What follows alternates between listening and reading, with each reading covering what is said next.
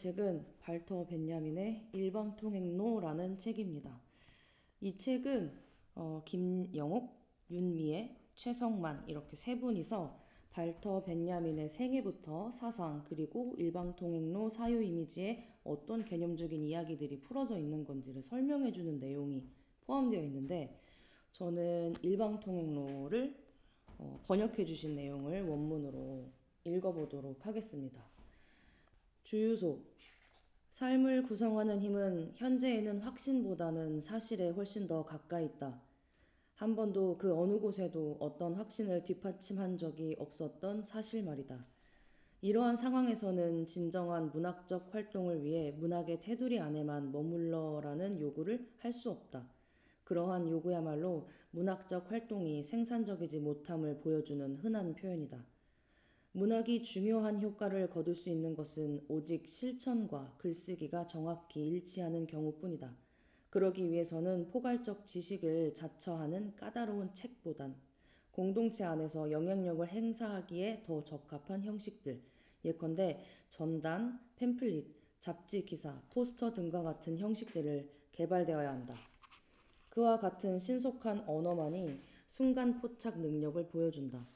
사람들의 견해란 사회생활이라는 거대한 기구에서 윤활유 같다. 우리가 할 일은 엔진에 다가가서 그 위에 윤활유를 쏟아붓는 것이 아니다. 숨겨져 있는 그러나 반드시 그 자리를 알아내야 할 대갈못과 이음새에 기름을 약간 뿌리는 것이다. 아침 식당. 아침 공복 시에는 꿈에 관한 이야기를 하지 말라고 경고하는 속담이 있다. 잠에서 막 깨어난 자는 사실 여전히 꿈에 취해 있는 상태이다. 세수를 하면서 다만 신체 표현과 신체의 표면화된 운동 기능만을 의식할 뿐이다. 반면에 보다 깊숙한 층에는 꿈의 흐릿한 여운이 아침 세수를 하는 중에도 여전히 남아있다. 그렇다. 잠에서 깨어난 직후 혼자만의 시간 속에서 그 여운은 지속되는 것이다. 하루와 마주치기를 꺼려하는 사람은 사람에 대한 두려움에서든 아니면 내면의 집중을 위해서든 식욕을 느끼지 못한다. 따라서 그는 아침 식사를 물리친다. 그만큼 그는 밤의 세계와 낮의 세계 사이의 단절을 회피한다. 이러한 조심스러움이 옳았음은 아침의 작업에 몰두함으로써 기도를 통해서가 아니라면 꿈을 소각시킬 때 비로소 밝혀진다. 그렇지 않으면 생활 리듬에 혼선이 일어난다. 이런 상태에서 하는 꿈에 관한 이야기는 화를 초래한다. 왜냐하면 꿈의 세계와 반쯤 결탁한 상태에서 사람은 꿈의 세계를 누설하는 말을 하게 되고 이로써 꿈의 세계로부터의 복수를 감수해야 하기 때문이다. 좀 더 현대적인 용어로 말하자면 그는 자기 자신을 배신하는 것이다. 꿈꾸는 상태의 순진함을 벗어나 무심코 꿈속의 얼굴에 손을 대면서 그는 자신을 포기하게 된 셈이다. 우리는 건너편의 강가에 섰을 때, 즉 밝은 대낮이 되어서야 비로소 기억의 우월한 위치에서 꿈에게 말을 걸 수 있다. 꿈의 피안에 도달하는 유일한 길은 몸을 씻는 행위와 유사하면서도 그와는 전적으로 다른 정화의 과정이다. 이는 위를 통해 통과하는 정화 과정이다. 아무것도 먹지 않은 사람은 마치 잠꼬대하듯 꿈을 이야기한다. 113번지. 형상을 품고 있는 시간들이 꿈의 집에서 이미 다 지나가 버렸다. 지하실. 우리는 우리 자신의 삶의 집을 세울 때 거행한 의식을 오래전에 잊어버렸다. 그러나 그 집이 적의 포탄 세례를 받게 될 때면 폭격으로 파헤쳐진 바닥에서는 낡고 기괴한 골동품이 모두 그 모습을 드러낼 수밖에 없다. 그 모든 것은 마법의 주문과 함께 땅에 묻혀 희생되었던 것이다. 가장 일상적인 것 아래 뚫려있는 가장 깊은 갱도의 바닥에는 얼마나 무시무시한 골동품 보관소가 놓여있는 것일까. 절망에 빠진 어느 날 밤 나는 수십 년 동안 소식이 끊어졌던 그동안 거의 기억에 떠올린 적이 없었던 한 학교 친구와 다시 돈독한 우정과 동지애를 맺는 꿈을 꾸었다. 그러나 잠에서 깨어났을 때 다음의 사실이 분명해졌다. 폭발물처럼 절망은 저 아래 갇혀있던 그 친구의 시신을 파헤쳐 경고를 보냈다는 사실이다. 언젠가 이곳에 살게 될 그 누구도 그와 전혀 닮지 않을 것이라고. 현관홀, 괴테하우스 방문. 꿈속에서 방들을 보았는지는 기억나지 않는다. 마치 학교에서처럼 회칠한 복도들이 쭉 늘어서 있었다. 나이든 영국 여자 방문객 2명과 1명의 큐레이터가 그 꿈에 등장한 엑스트라들이었다. 큐레이터는 우리들에게 복도 맨 끝 창가의 책상 위에 펼쳐져 있는 방명록에 기입할 것을 권했다. 가서 방명록을 넘기자 이미 거기에 내 이름이 어린아이의 서툰 글씨로 크게 적혀 있는 것이 보였다. 식당. 꿈속에서 나는 괴테의 서재에 있었다. 그 방은 바이마르에 있는 방과 하나도 닮지 않았다. 무엇보다도 그 방은 아주 작았으며 창문이 하나밖에 없었다. 창문과 마주한 벽에 책상의 측면이 맞붙어 있었다. 책상에는 최고령의 시인이 앉아서 집필을 하고 있었다. 그가 작업을 중단하고 고대의 골동품인 자그마한 꽃병 하나를 내게 선물로 주었을 때 나는 옆으로 자리를 비켜섰다. 나는 그 꽃병을 손에 들고 돌려보았다. 엄청난 열기가 방에 가득했다. 괴테는 일어나서 나와 함께 옆방으로 들어갔는데 거기에는 내 친척들을 위해 긴 식탁이 차려져 있었다. 그 식탁은 친척의 수보다 훨씬 더 많은 사람들을 위해 준비된 것처럼 보였다.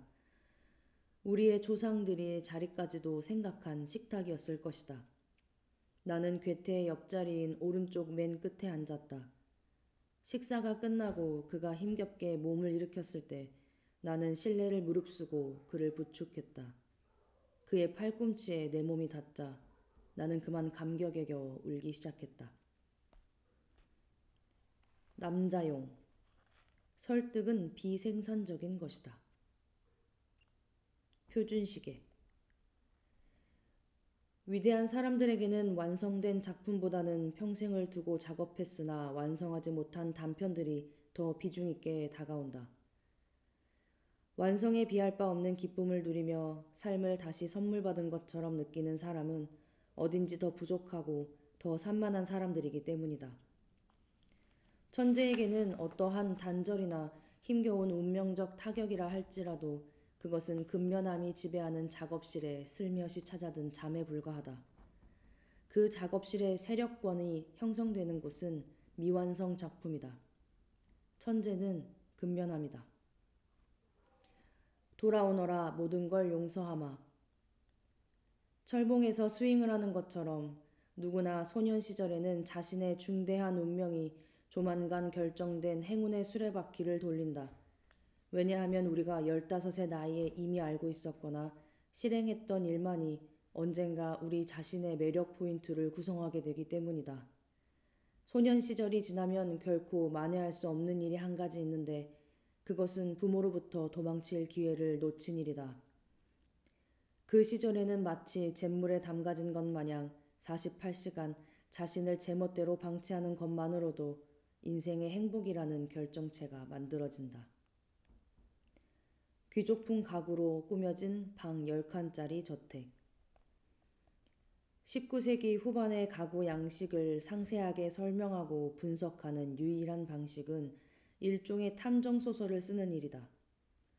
이 소설의 역동적 중심에 집안의 공포가 자리 잡는다. 가구는 마치 죽음의 덫이 설치된 배치도처럼 배열되고 일렬로 늘어선 방들은 피해자의 도주로에 해당한다.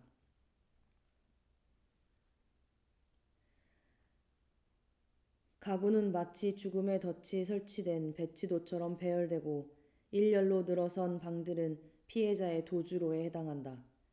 바로 이런 식의 탐정소설이 그런 주택이 아직 존재하지 않았던 시기에 에드거 앨런 포에게서 시작한다고 해서 달라지는 것은 없다. 왜냐하면 위대한 작가들이 조합해 놓은 것들은 예외 없이 후세에 가서야 드러나기 때문이다. 보들레르 시에 나오는 파리의 거리들이 1900년 이후에 비로소 등장하고 도스토예프스키의 인물들 역시 그 전에는 존재하지 않았던 것도 그 때문이다. 1860년에서 90년대에 이르는 시기에 부르주아 저택의 실내는 조각이 잔뜩 새겨진 거대한 찬장, 야자나무가 서 있는 응달진 구석, 난간이 달린 돌출장, 그리고 탁탁 소리가 나는 가스 불꽃으로 밝혀지는 긴 복도로 이루어진다. 그러한 실내는 시체들에게나 어울린다. 이 소파에서 숙모가 살해당했을지 모른다. 영혼이 결여된 채 집안을 가득 채운 가구는 시체들에게나 어울릴 안락한 시설이다. 탐정소설에서도 자연 풍경 속 동양보다는 풍부한 인테리어, 페르시아 양탄자, 물결 무늬 커튼, 천장에 매단 등불, 코카서스 산 진품 단검으로 가득한 동양적 실내가 훨씬 더 흥미롭다. 걷어올린 무거운 벽걸이 용단 뒤에서 집주인은 지폐를 가지고 난잡한 향연을 즐기거나 자신을 동방의 대상으로 혹은 사기와 현자비들이 들끓는 대상 숙소에 묵은 게으른 파샤라고 상상할 수 있다. 어느 아름다운 오후 침대 의자 위에 걸린 은빛 검대 안의 단검이 그의 낮잠과 그 자신에게 종말을 가져다 줄 때까지 말이다. 마치 정부를 기다리는 음탕한 여인처럼 이름 모르는 살인자를 기다리는 부르주아 저택의 이러한 성격은 몇몇 작가들에 의해 이미 철저하게 포착되었다.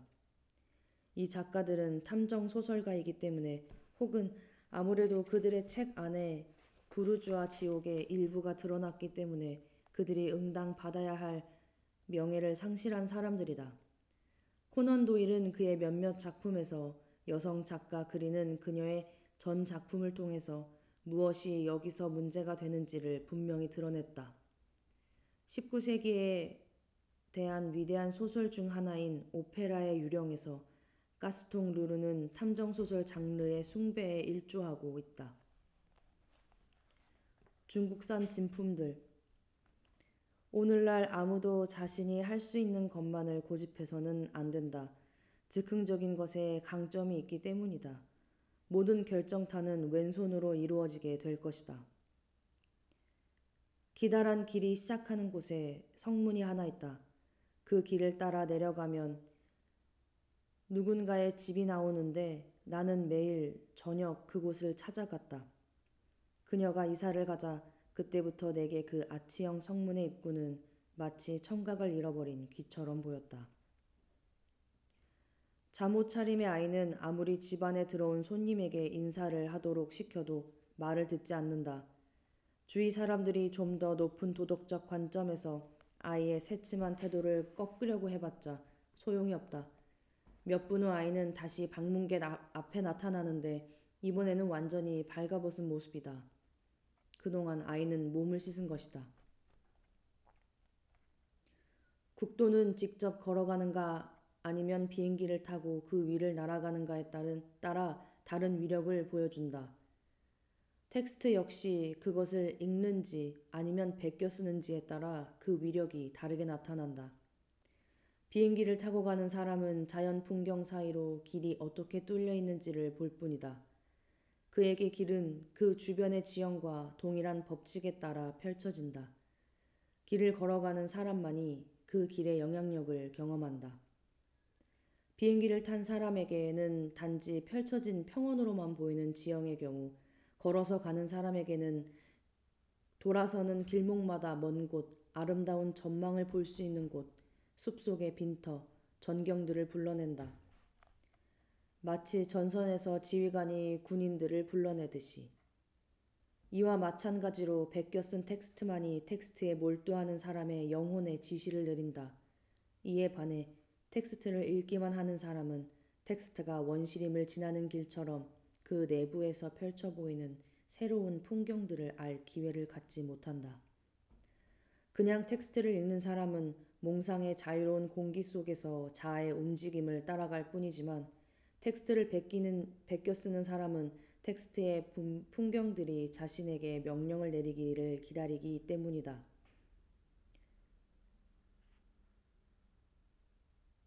그냥 텍스트를 읽는 사람은 몽상의 자유로운 공기 속에서 자아의 움직임을 따라갈 뿐이지만 텍스트를 베껴 쓰는 사람은 텍스트의 풍경들이 자신에게 명령을 내리기를 기다리기 때문이다. 따라서 중국에서 필경사는 문자 문화에 비할 바 없는 보증인이며 필사, 즉 베껴쓰기는 중국의 수수께끼를 푸는 열쇠다.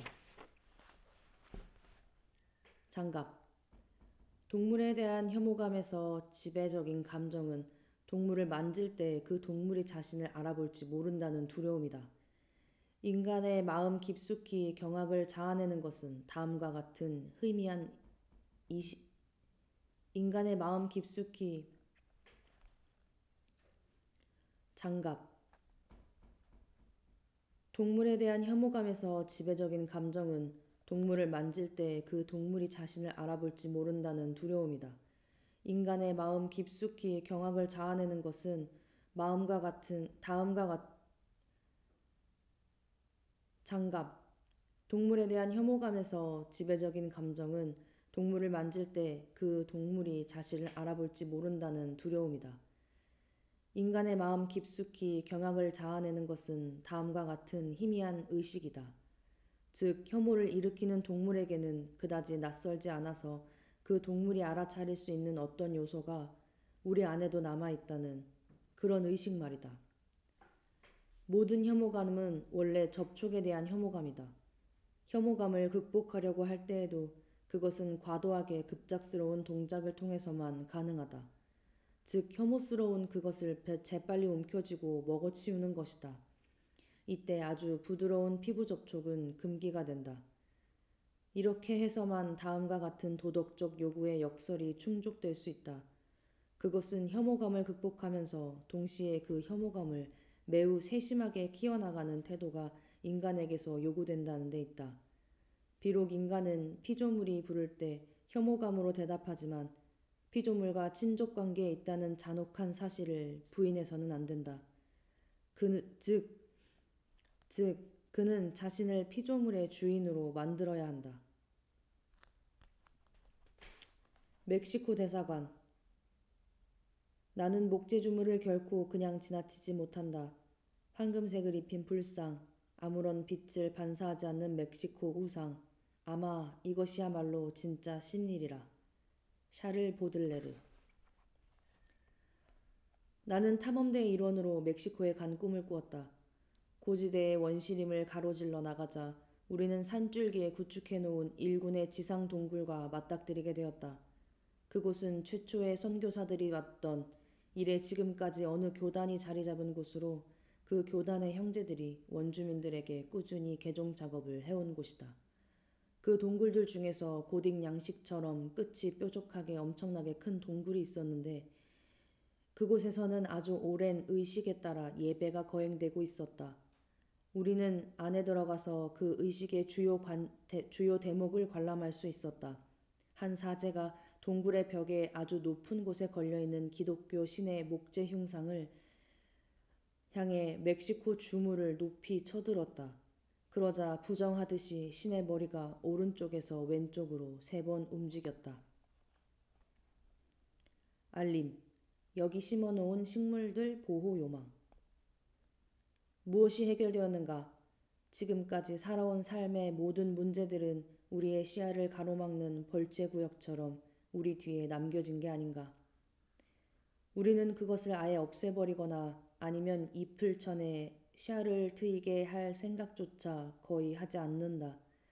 우리는 앞으로 계속 나아가면서 그 벌채구역을 뒤에 남겨놓는다. 그래서 그곳은 멀리서도 보이긴 하지만 불분명하고 흐릿하게 그만큼 더 불가사의하게 얽히고 설킨 모습이다. 해설과 번역이 텍스트에 대해 갖는 관계는 양식과 미메시스가 자연에 대해 갖는 관계와 같다. 이들은 다른 시각에서 본 똑같은 현상일 뿐이다. 해설과 번역은 성스러운 텍스트라는 나무에서는 영원히 바스락거리는 잎사귀들이고 세속적 텍스트라는 나무에서는 제때 익어 떨어지는 열매들이다. 사랑하는 사람은 애인의 실수, 여성스러운 변덕이나 약점에만 연연해 하지 않는다. 어떠한 아름다움보다 그의 마음에 더욱더 오래, 더욱더 사정없이 붙잡는 것은 얼굴의 주름살, 기미, 낡은 옷, 그리고 기울어진 걸음걸이다. 우리는 이를 이미 오래전에 경험했다. 어째서인가? 감정은 머리에 깃들어 있는 것이 아니라는 학설이 맞다면, 또한 창문, 구름, 나무에 대한 우리의 감정은 머릿속이 아니라 그것들을 본 장소에 깃들어 있는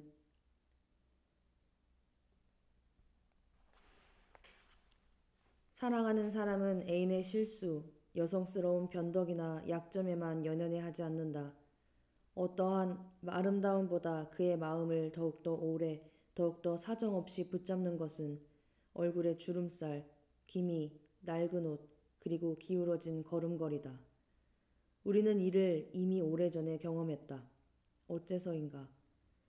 감정은 머리에 깃들어 있는 것이 아니라는 학설이 맞는다면, 또한 창문, 구름, 나무에 대한 우리의 감정은 머릿속이 아니라 그것들을 본 장소에 깃들어 있다는 학설이 맞다면, 그렇다면 우리는 애인을 바라보는 순간 우리 자신을 벗어난 곳에 가 있게 되는 것이다. 그러나 그곳에서 우리는 고통스러울 정도의 긴장과 환희를 느낀다. 감정은 여인의 광채에 눈이 부셔서 새떼처럼 푸드득거린다.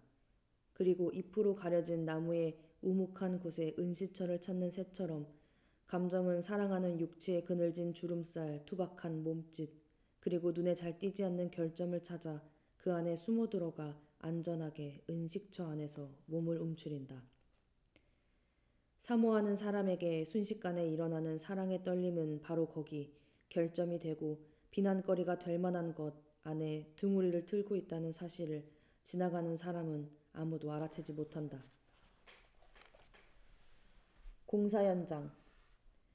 아이들에게 맞는 대상, 시청각 교재, 장난감 혹은 책을 만드는 일에 대해 지나치게 골머리를 앓는 것은 어리석은 일이다. 계몽주의 이래 그것은 교육학자들의 가장 캐캐 묵은 생각 중 하나다. 심리학에 매료된 나머지 그들은 이 땅이 아이들의 주의력과 연습을 위한 비할 바 없는 대상들로 가득 차 있다는 사실을 알지 못한다.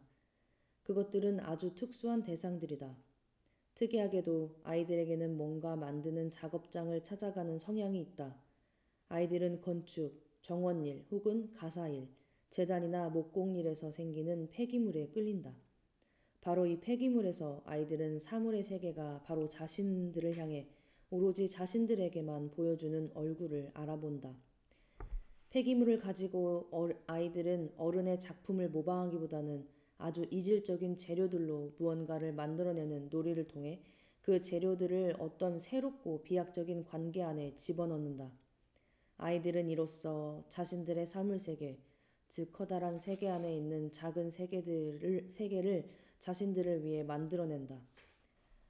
아이들을 위해 특별히 무언가를 만들고자 한다면 우리는 이 작은 세계의 규범들을 가슴에 새겨두어야 한다. 그 작은 세계의 소도구와 연장을 동원하여 우리 혼자 힘으로 아이들에게 도달할 길을 찾을 생각이 아니라면.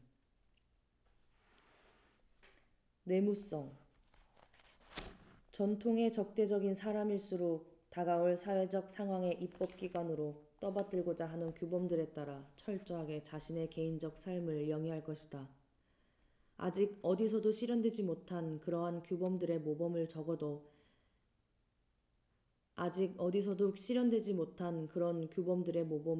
적어도 자신의 고유한 삶의 영역 안에서라도 보여줄 의무가 자신에게 주어진 것처럼 보인다. 그에 반해 신분과 민족의 아주 오래된 전통과 자신이 일치한다고 생각하는 사람은 공적 생활에서 엄격하게 지키는 원칙과는 대조적인 사생활을 때때로 과시한다. 하등 양심의 가책도 없이 그는 그러한 자신의 태도가 마치 그가 자랑거리로 내세우는 원칙들의 확고한 권위를 가장 분명하게 보여주는 증거라도 되는 듯 은밀히 찬양한다. 무정부주의적 사회주의 정치가와 보수적 정치가의 타입은 이렇게 구분된다. 깃발. 이별하며 떠나는 자는 얼마나 쉽게 사랑을 받는지. 사라져가는 사람을 비추는 불꽃은 그만큼 더 순수하기 때문이다. 그 불꽃은 배에서 또는 차창에서 언뜻 실려오는 한 줄기 바람에 힘을 얻는 법이다.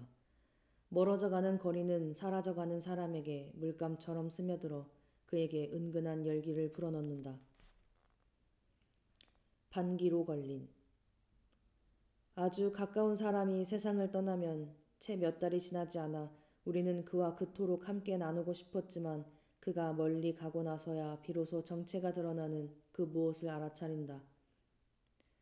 우리는 그가 더 이상 이해하지 못하는 언어로 그에게 마지막 인사를 보낸다. 카이저 파노라마. 독일의 인플레이션을 가로지르는 여행. 1. 우둔함과 비겁함으로 점철된 독일 시민의 생활 방식을 일상적으로 드러내는 화법 중에서도 특히 생각해 볼 만한 것은 절박한 재난에 대해 말하는 화법이다.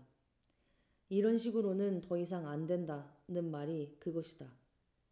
뾰족한 대책 없이 지난 수십 년 동안 안정과 소유관념에 매달려온 일반 시민들은 지금 상황이 전적으로 새로운 안정성이 지배하는 상황임을 감지하지 못하고 있다.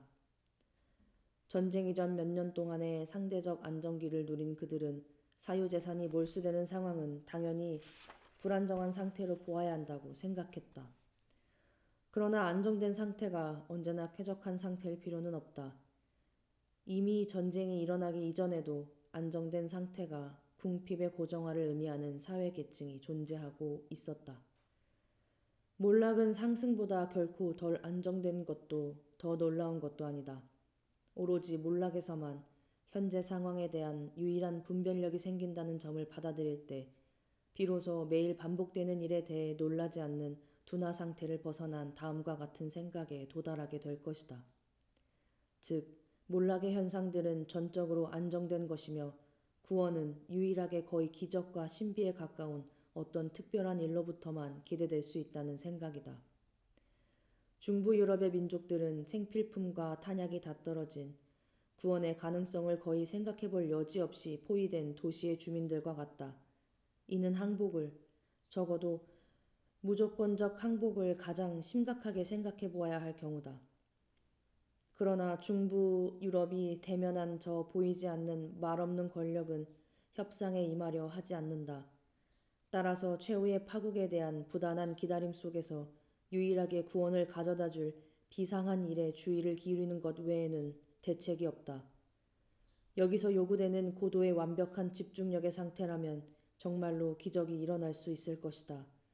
왜냐하면 우리를 애워싼 힘들과 은밀한 관계를 맺고 있기 때문이다.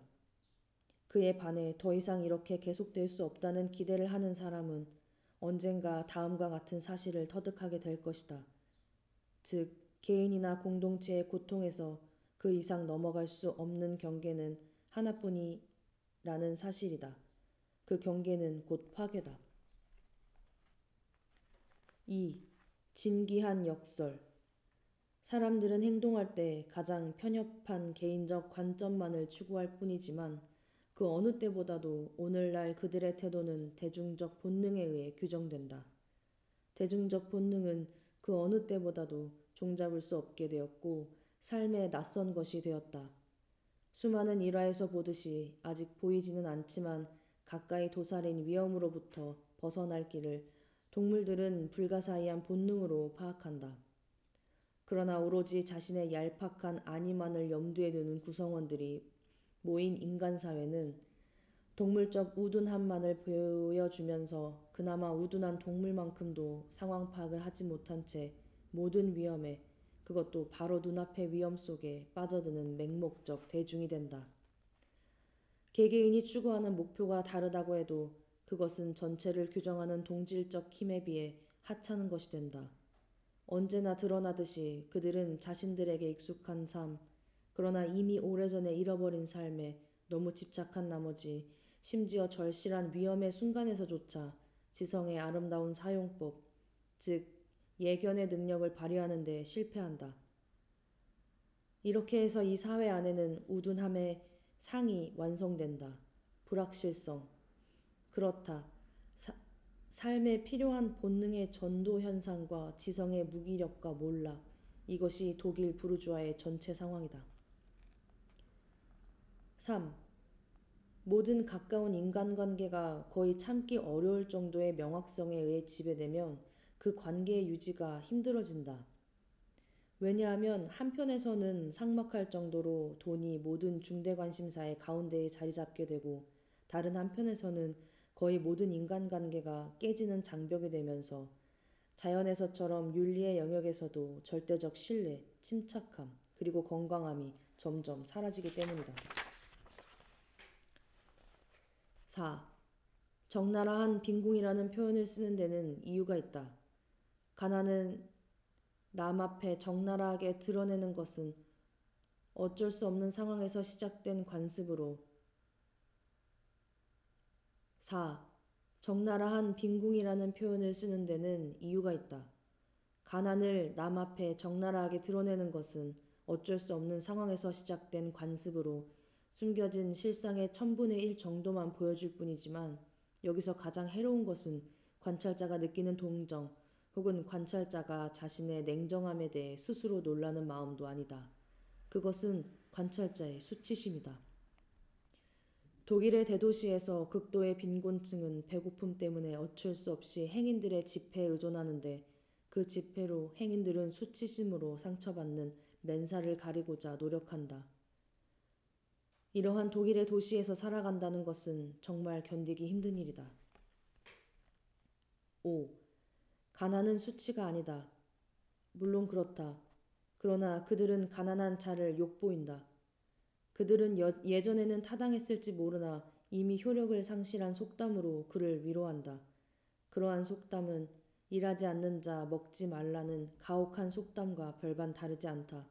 사람을 먹여 살리는 일거리가 있었던 때에는 흉작이나 그 밖의 불운 때문에 닥친 가난은 모욕이 되지 않았다. 그러나 수백만 명의 사람들이 태어나면서부터 짊어진 수십만의 사람들을 얽매여 지금의 이러한 궁핍은 그러나 수백만 명의 사람들이 태어나면서부터 짊어진 수십만의 사람들을 얽어맨 지금의 이러한 궁핍은 모욕적이다. 더러움과 구차함은 마치 보이지 않는 손에 의해 만들어진 벽처럼 그들 위로 높이 솟아있다. 누구나 자기 혼자서는 많은 것을 참아낼 수 있지만 만약 짐을 짊어진 모습을 자신의 부인이 보거나 혹은 부인이 이를 감당하는 모습을 보면 수치심을 느낀다. 혼자 있는 사람은 많은 것을 참아도 무방하고 숨길 수 있는 한 모든 것을 참아도 된다. 그러나 그 가난이 거대한 그림자처럼 그의 민족과 가정 위에 들이우는 경우에는 결코 가난과 평화협정을 맺어서는 안 된다.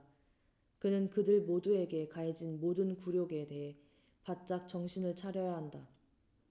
그리고 자신의 고통이 더 이상 원한의 내리막길이 아니라 반란의 오르막길을 닿게 되는 그날까지 자기 자신을 단련시켜야 한다.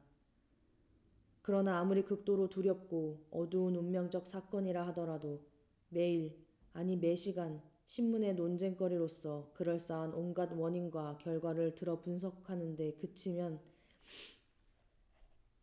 그러나 아무리 극도로 두렵고 어두운 운명적 사건이라 하더라도 매일, 아니 매시간 신문의 논쟁거리로서 그럴싸한 온갖 원인과 결과를 들어 분석하는 데 그친다면 사람들은 자신의 삶을 예속하고 있는 저 어두운 힘들을 그 안에서 인식하지 못할 것이다. 사정이 있는 한 아무런 희망도 없다. 6. 독일의 삶이 어떻게 이루어지는지 주의 깊게 관찰하고 짧게나마 독일 여행을 해본 외국인에게 독일인은 진기한 인종처럼 낯설게 보인다. 재치 있는 한 프랑스인은 다음과 같이 말했다. 독일인이 자신을 분명하게 인식하는 일은 아주 드문 경우다. 언젠가 자신을 분명하게 인식하게 되더라도 그는 그것을 말하지 않을 것이다. 그가 그것을 말한다 해도 자신을 남에게 이해시키지 못할 것이다. 이처럼 절망적인 서로 간의 소원함은 전쟁을 통해 확대되었는데 이는 독일인들에 관해 보고된 믿기 힘든 파렴치한 행동 때문만은 아니다. 오히려 유럽의 다른 국민들이 보기에 독일의 그로테스크한 고립을 비로소 완성시키고 독일인들과 거래할 때 호텐토트 종족을 떠올리게 하는 것은 바깥 사람들에게는 전혀 파악되지 않고 그 안에 갇혀있는 자들에겐 전혀 인식되지 못하는 그런 힘이다. 마치 씨족의 규율에 의해 결정되는 원시인들처럼 이곳의 사람들은 공동체적 세력에 굴복시키는 생활환경, 가난, 우둔함의 힘이 그것이다. 모든 보화 중에서 가장 유럽적인 보화, 즉 개인이 그 개인이 속한 모든 공동체적 존재 방식과는 어긋난 삶을 주장할 때 사용하는 다소 분명한 아이러니가 독일인에게서 완전히 사라졌다. 7. 대화의 자유가 사라졌다. 예전에 사람들 사이에서는 대화할 때 상대방에 관해 관심을 갖는 것은 당연한 일이었는데 이제 그것은 상대방의 신발이나 우산의 가격에 대한 물음으로 바뀌었다. 모든 사교적 대화에 생활 형편과 돈이라는 주제가 끼어들게 된 것은 불가피한 일이 되었다. 이러한 대화에서 중요한 것은 서로 도움을 줄 수 있는 개개인의 근심이나 고통이 아니라 전체를 고찰하는 일이다. 이는 마치 연극에 사로잡힌 사람이 자신이 원하든 원하지 않든 간에 무대 위의 작품을 따라가야만 하고 원하든 원하지 않든 간에 늘 그 작품에 대해 생각하고 말해야 하는 것과 같다. 8. 파멸이 다가옴을 알아차리게 되면 누구나 서둘러 자신이 남아있게 된 이유, 그간의 활동, 그러한 혼란 상태에 관여할 수밖에 없었던 특별한 이유를 내세우려 든다. 전반적 실패에 대해 잘 아는 만큼 자신의 활동 범위, 거주지, 그리고 자신에게 주어졌던 순간에 대한 변명도 그만큼 구구하다. 자신의 취약성과 사건에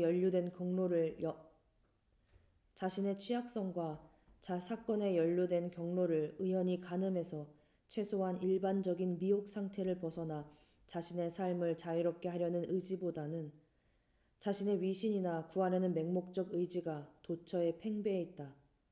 따라서 도처의 생에 대한 이론과 세계관이 넘쳐나는데 이 이론들은 종국적으로는 거의 언제나 진부하기 짝이 없는 개인적 상황을 인준하는 데 봉사하면서 이 땅에서 오만한 행세를 하고 있다. 바로 그 때문에 주위에는 미래의 문화에 대해 신기루와 환영들이 넘쳐나고 있다. 그것은 누구나 자신의 고립된 관점에서 오는 착시 현상에 갇혀 있기 때문이다. 9. 이 나라 반경 안에 갇혀 사는 사람들은 인물의 모습을 알아보는 해안을 잃었다. 그들에게서는 자유로운 사람은 모두 기인으로 보인다. 알프스 고산준영의 봉우리들이 하늘이 아니라 주름 잡힌 검은 휘장을 배경으로 한다고 생각해보자. 그러면 그 거대한 형태들은 단지 흐릿한 윤곽으로 드러날 것이다. 아주 똑같이 독일의 하늘에도 무거운 휘장이 쳐져 있다. 그래서 우리는 심지어 가장 위대한 인물의 프로필조차 더 이상 알아보지 못한다. 10. 사물에서 온기가 빠져나간다. 매일 사용하는 물건들이 소리 없이 그러나 집요하게 우리를 밀쳐낸다. 우리는 공공연한 저항뿐 아니라 우리를 향한 저 은밀한 저항을 극복하는 엄청난 일을 행해야 한다. 몸이 굳어지지 않기 위해서 우리는 물건들의 냉기를 우리들의 온기로 완화시켜야 하고 피를 흘리지 않기 위해서는 가시 돋친 물건들을 아주 숙련된 솜씨로 다루어야 한다. 우리는 우리의 이웃들로부터 어떠한 도움도 기대하지 않는다. 차장, 관리, 수공업자, 판매원, 이들은 모두 고분고분하지 않은 물질 세계를 스스로 대변하는데 이들의 거친 태도는 마치 물질 세계의 위험성을 알리려는 노력처럼 보인다. 인간의 파멸에 필적할 정도로 타락함으로써 사물들은 인간의 파멸을 견책하고 이 나라는 사물들의 이러한 타락에 대한 공모자가 되었다. 이 나라는 사물들뿐 아니라 사람들의 기력을 빼앗는다. 독일의 봄이 영원히 오지 않는 것은 독일의 자연이 해체되고 있는 무수한 유사 환상 중의 하나일 뿐이다. 여기서 사람들은 자연 법칙에 반해서 갑자기 공기 기둥의 압력을 느낄 수 있게 된 듯이 살고 있다. 11. 정신적인 충동이든 아니면 자연적 충동이든 이동에 대한 사람들의 욕구는 그 욕구의 실현 과정에서 언제나 주변으로부터의 끝없는 저항에 부딪힌다. 주택난과 교통비의 상승으로 인해 유럽 자유의 가장 근본적인 상징이면서 일정한 형태로 중세에 이미 주어졌던 거주 이전의 자유가 철저하게 파괴되고 있다. 중세의 사람들은 강제적으로 자연 발생적 집단에 묶여 있었던 반면 오늘날은 부자연스러운 공동체에 얽매여 있다. 자유롭게 움직이고자 하는 욕구를 차단하는 것만큼 만연한 방랑벽의 불길한 힘을 강화시키는 것은 없다. 자유롭게 움직이고자 하는 욕구를 차단하는 것만큼 만연한 방랑벽의 자유롭게 움직이고자 하는 욕구를 차단하는 것만큼 만연한 방랑벽의 불길한 힘을 강화시키는 것은 없다. 풍부한 이동수단과 이동의 자유가 지금처럼 불균형을 이룬 적은 없었다. 모든 사물은 서로 섞이고 혼탁해지는 부단한 과정 속에서 그 본성을 잃어버리게 되어 고유한 것 대신에 이중적인 것이 그 안에 자리를 잡게 된다. 마찬가지로 도시도 그렇다. 마음의 평정과 자신감을 주는 대도시의 힘은 창조적 작업을 하는 사람을 자신의 구역 안에서 보호하면서 그가 눈을 들어 지평선을 바라볼 때조차 원초적 자연의 힘을 느끼지 못하게 할 수 있다. 그러한 대도시에도 도처에 구멍이 뚫리고 그 안으로 시골이 잠입해 들어온다. 대도시의 틈으로 들어오는 것은 자연 풍경이 아니라 자유로운 자연 중에서도 가장 혹독한 측면, 경작지, 포장도로 혹은 전율하는 네온사인의 붉은 띠에 의해서도 더 이상 가려지지 않는 밤하늘이다. 심지어 번화가에서도 불안감은 도시인을 완전히 불투명하고 아주 섬뜩한 상황으로 몰아간다. 이러한 상황에서 도시인은 쓸쓸한 평지에 세워진 흉물 중에서 도시 건축항이 낳은 흉물을 받아들이지 않으면 안 된다. 13. 부와 가난의 영역에 대한 고귀한 무관심은 생산된 제품에서는 완전히 사라져버렸다.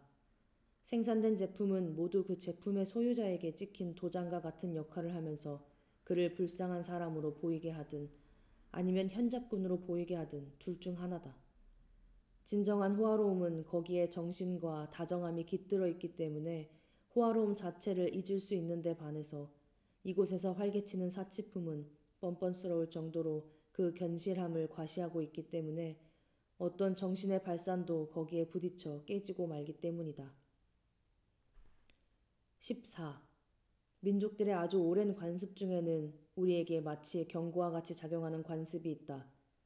자연이 우리에게 풍성하게 주는 것을 받아들일 때 욕심부리는 태도를 취하지 않도록 조심해야 한다는 관습이 그것이다. 왜냐하면 우리는 대지에게 선사할 아무것도 갖고 있지 않기 때문이다. 따라서 어떠한 것을 받게 되든 우리 몫을 취하기 전에 일부를 되돌려주는 공손함을 보여주는 것이 마땅하다. 이러한 공손함은 헌작의 오랜 관습에서 엿볼 수 있다. 미처 추수하지 못한 이삭이나 떨어진 포도알을 줍지 않고 땅으로 혹은 축복을 내려주는 조상들의 몫으로 내버려두는 관습은 아마도 태고적 경험이 변형된 형태로 전해 내려온 것으로 보인다. 아테네의 관습에 따르면 식사를 하면서 떨어뜨린 빵 부스러기를 줍는 일은 금지되어 있다. 그 부스러기들은 신화 속 영웅들의 몫이기 때문이다. 궁핍에 몰리고 탐욕에 빠진 사회가 너무 타락한 나머지 자연의 선물을 갈취하는 것밖에 모르고 이윤 때문에 채 익지도 않은 과일을 따고 배만 부르면 되듯이 모든 음식을 남김없이 먹어치우게 되면 그러한 땅은 빈곤해지고 토지는 형편없는 수확을 하게 될 것이다. 지하공사. 꿈에 나는 어떤 황량한 지역을 보았다. 바이마르의 시장 광장이었다. 거기서 발굴 작업이 이루어지고 있었다. 나도 함께 모래를 좀 긁어냈다. 그때 한 교회의 첨탑의 꼭대기가 모습을 드러냈다. 환희에 들뜬 나는 이것이 아나크 비비칠리라는 선사시대에 만들어진 멕시코의 성전일 거라고 생각했다. 나는 웃으며깼다. 까다로운 여성들을 위한 미용사. 쿠담에서 여자들과 남자들 3,000명이 어느 날 아침 아무 말 없이 침대에서 끌어져 내려 체포되고 24시간 동안 구금될 수 있다. 자정이 되면 각 감방에서 사형집행에 대한 설문지를 나누어주고 거기에 서명하게 하면서 각자 어떤 처형 방식을 원하는지 고르도록 한다. 이 설문지 필기시험에서 아는 바에 따라 채워야 할 사람들은 지금까지는 묻지 않아도 양심껏 의견을 피력했던 사람들이다. 예로부터 성스러웠던 새벽. 하지만 이 나라에서는 사형집행인에게 바쳐진 이 첫 새벽이 동트기도 전에 사형집행 문제는 해결되어 있을 것이다.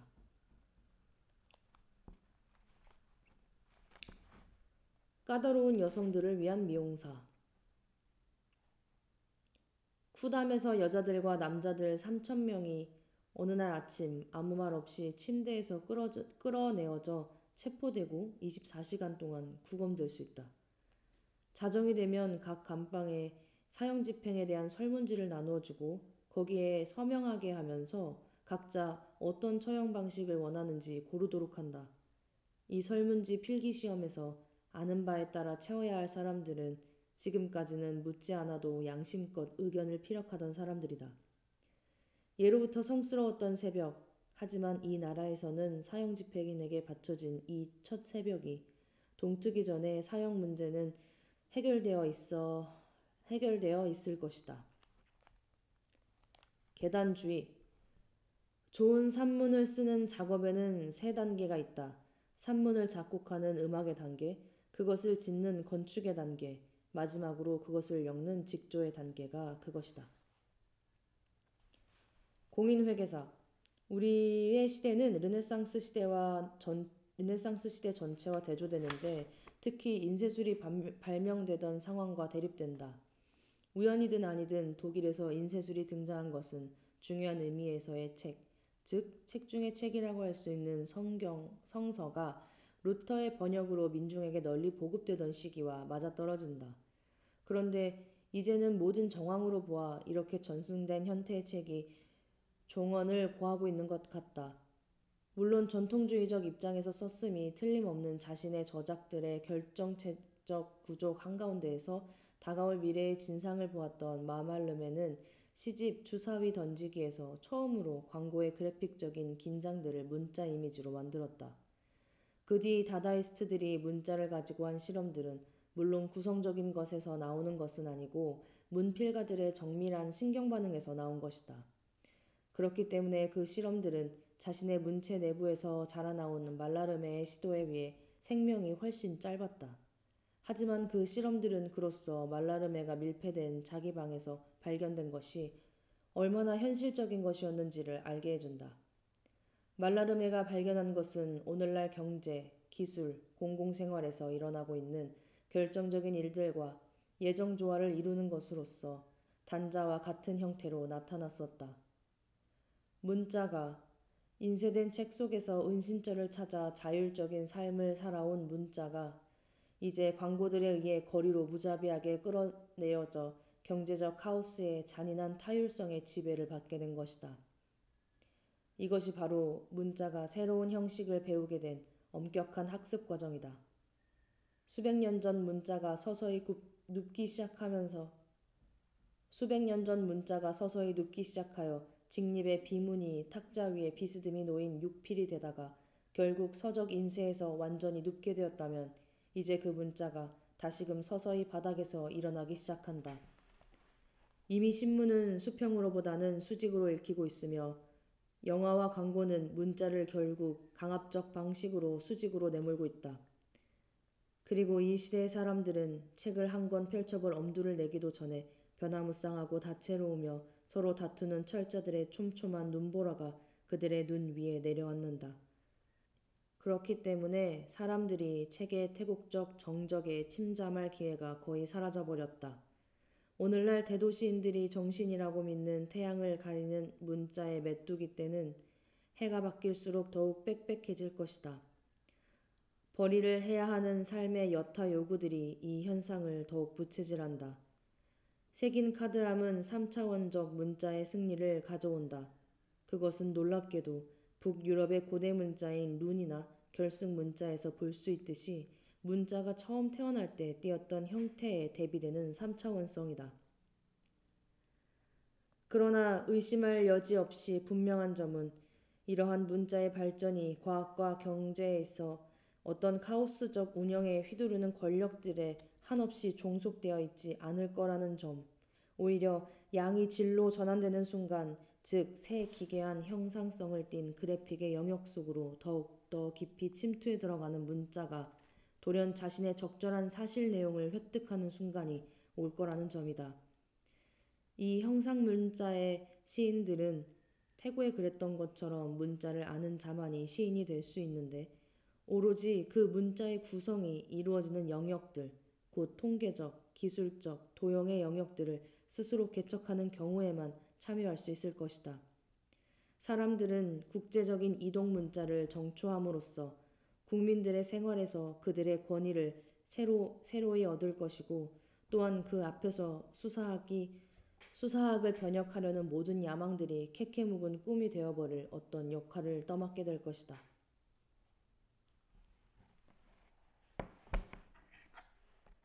오늘은 여기까지 읽겠습니다.